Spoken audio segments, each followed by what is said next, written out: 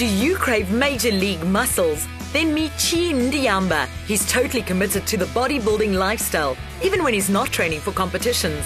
Wow, wow, wow. Hey guys, Ooh, how's it going? look at the size of those babies. I'm trying to get them a bit bigger. You need to put those guns away. Nah, not yet. Now guys, I know that you love your muscles, but Chi, what's the best way to go about achieving muscle gain? You know, I think the best way, obviously, the first thing you must have is, you know, a good nutrition plan. Without nutrition, there's no way you're going to grow any muscle. So that's the first important aspect. You know, the second aspect is obviously knowing what you're doing when you get into a gym. You know, you just can't get into a gym and all of a sudden try and lift heavy weights to try and build muscle. You need to have a plan in action.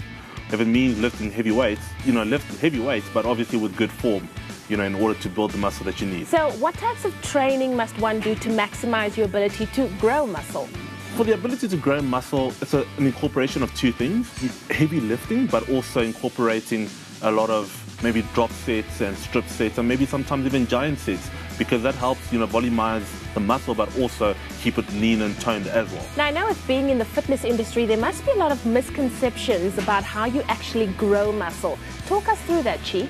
You know, a lot of people, you know, are very, you know, misconceived about how to grow muscle. They think, oh, you know what, let me just take a little protein shake here, sit on the couch and watch TV, and my muscle will grow. You know, that's clearly not the case.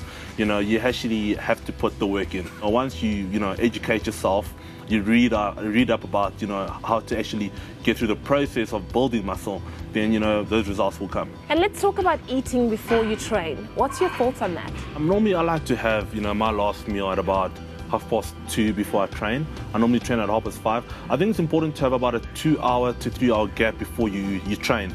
And the reason being, you don't want to be bloated while you're training. So Trevor, would you rather suggest sticking to a pre-workout supplement?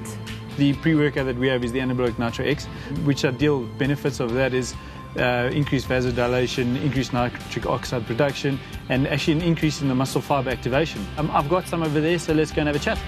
Chi believes the right nutritional stack may help you achieve your goals sooner, boost your immune system, and help your body recover and prevent injuries.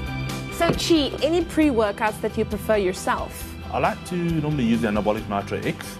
I just find for me it gives me great vasodilation while I train, as well as, you know, a lot of energy to last me right through my entire training. So Trevor, tell us a little more about the recovery process within our muscle tissue. Yeah, the recovery is very important, and the things that you actually lose while training, stuff like your glycogen, your ATP, creatine, and most importantly your BCAAs, which are your branched chain amino acids.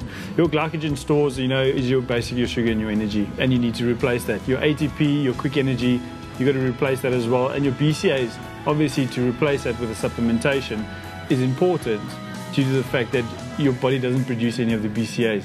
And are there any products that we can take to keep our bodies in an anabolic state, preventing muscle breakdown? How do they work, and why are these products so effective? The two main products which is going to help you in your anabolic state is that of your intra-workout and your post-workout. So obviously your anabolic amino grow, which is your intra-workout, allowing you to protect your muscles while you're training.